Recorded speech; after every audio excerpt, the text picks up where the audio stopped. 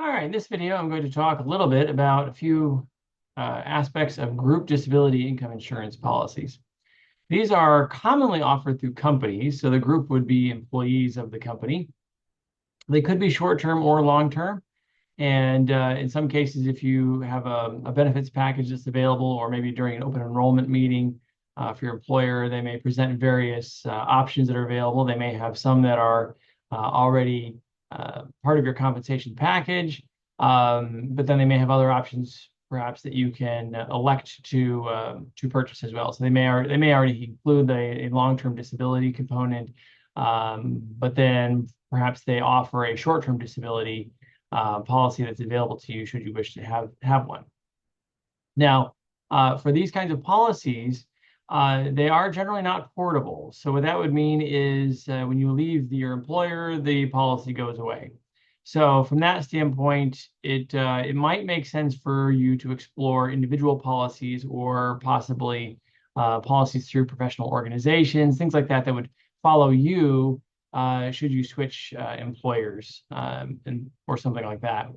Now, significantly, generally with group disability income insurance policies, there will be a form of Social Security offset. And basically what that means is the policy may pay up to a certain amount, but if the person qualifies for Social Security disability, then if you start receiving that money from Social Security, then the amount paid out by the insurance company is reduced. And basically what's happening is the benefits across the different disability insurance sources is basically being coordinated through that. In effect, to ensure that the person is not receiving an excessive amount of disability insurance.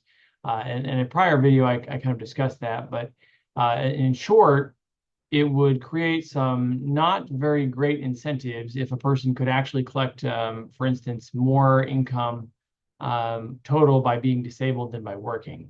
So that would create some bad incentives. So how that Social Security offset factors into things, or how your disability benefit is going to apply, can actually be a little bit different from policy to policy. Some policies have a dual percentage approach, and what that basically means is if there's no payment from other sources, the policy may pay a specified percentage of your prior income. If, however, there are other sources available, it may actually allow a higher percentage across the different sources.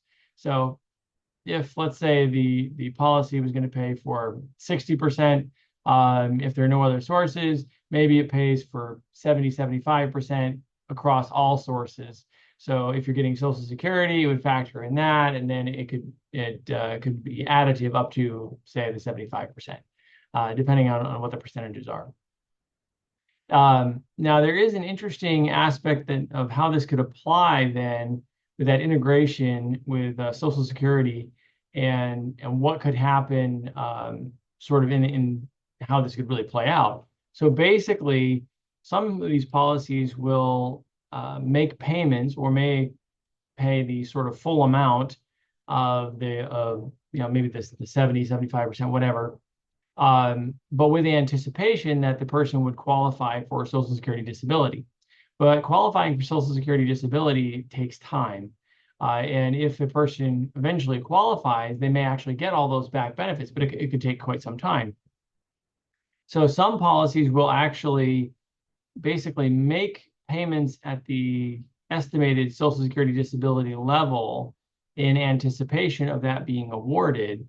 And then let's say a year later, if the person is finally qualifies for Social Security disability and they get essentially all those back benefits, then what can happen is they evaluate what benefit level was approved under the Social Security benefit, what level the insurance company expected to be approved, and if the insurance company had been paying out a higher amount, then basically they kind of assess sort of that gap and how much they paid out more than what they thought Social Security was going to cover, and so forth.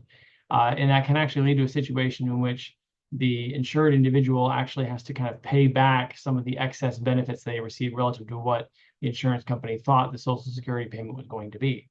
So it's worth noting that if a person has a policy that is paying out disability coverage partially based upon expectations of a certain level of Social Security benefit being received soon, it would behoove that person to have savings to help to cover that if that situation should arise, in which the Social Security benefits are ultimately determined to be lower than what the insurance company thought.